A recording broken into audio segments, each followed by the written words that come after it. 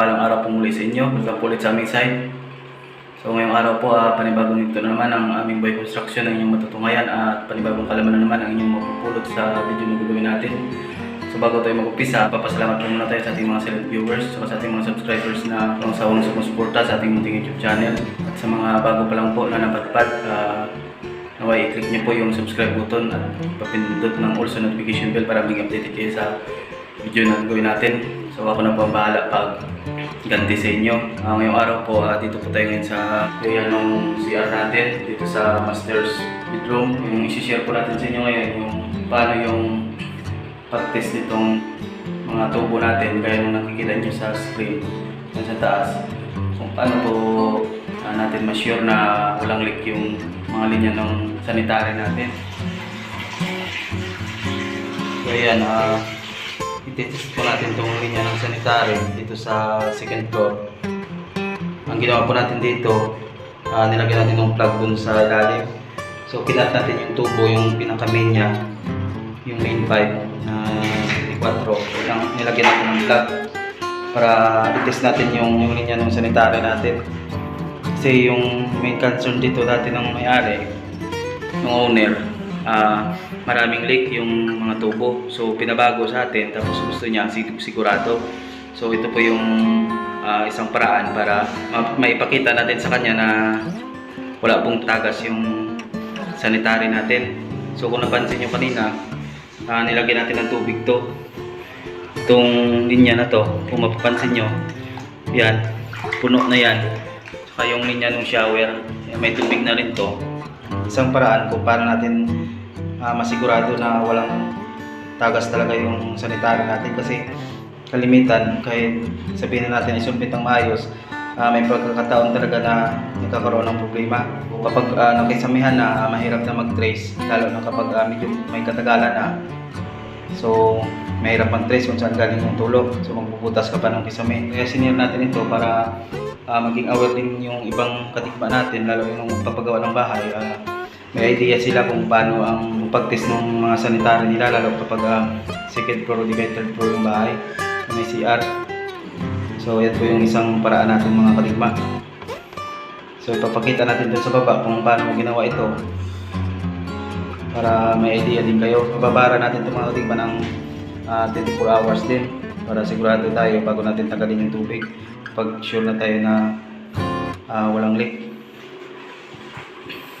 So punta natin sa baba. Yung tubo po na yan, yan po yung binabara natin ng tubig sa taas. So ngayon po yung tubo na yan na hanggang doon sa may dulo, hanggang dito mga kadigma, yan, kung makikita ninyo yung putol na yan, puno na ng tubig yan kasi nga ginawa natin, binabara natin ng tubig. Kaya pinilagyan natin dito, ayan, nilagyan ng plug. Papunta kasi yan dito mga kadigma, yung tubo na yan. So nilagyan na ng plug dyan para ma-stop yung tubig dyan. Yung tubig dyan, puno na yan hanggang dito. Yan. So para malaman natin kung may tagas siya. So para ngayon, wala pa naman. Pero ibabad natin siya ng 24 hours para sigurado tayo. So yan po yung isang paraan mga kadigma para masigurado natin na walang leak yung sanitary natin kapag gumagawa. So mahirap kasi kapag may ceiling na, tsaka mo palang hanapin kapag may nagkaroon ng problema. So yan po yung isang paraan para masigurado natin na walang tagas yung mga tubo. Yung mga kadigma, balik tayo dito sa taas. Ayan po, para masigurado ninyo na may tubig talaga yan. Ayan po yan. Yung floor drain natin dito sa may shower area. Ayan. Tapos ito yung sa duduro natin. Tapos ito naman yung sa drain natin. Ayan, may tubig din siya mga kadigma. So nakita nyo kanina sa baba, wala naman siyang tagas. So kaya na sinabi natin, bababara natin siya ng 24 hours para sigurado. So stay put lang po muna kayo.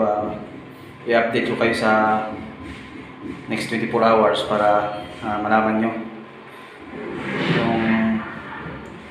kung may tagas ba talaga o wala. So, stay put lang muna mga katigma. Yan po mga katigma, welcome back po sa ating vlog. So, tatanggalin po natin tong plug natin ng sanitary. Kasi ako mapapansin niyo wala namang leak. Yan, so nakalipas na po yung 24 hours. Sobra na nga ho tayo. So, okay na to. So, tested na to mga kadigma na walang tagas yung sanitary natin. So, papatanggal na natin sa tubero para makunik na. Para at least kahit pa paano magamit natin yung mga CR doon sa taas. Hindi mabasa yung kan? Yung freezer natin. Ano muna tayo? Nang net, patsuyo na net, puligyan nyo yung freezer. Nong? Buro na rin? Hindi lang.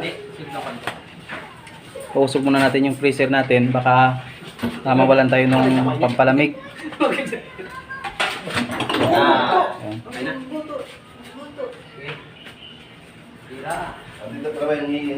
So marami tayong panso. Pintor. Pintura. Try mo daw. Gawin mo daw. Hoy, pagyawan na lang sa pintura. Ano, mga panso. Say hi! Yan mga katigma, umulan na ng tubig. So, malinis naman po yung tubig na yan kasi gawa nga galing yan din sa gripo. So, di lang natin alam, baka inihan ito. Inihan mo ba yan, Toy? Hindi ako. Hindi ako, madilaw-dilaw po.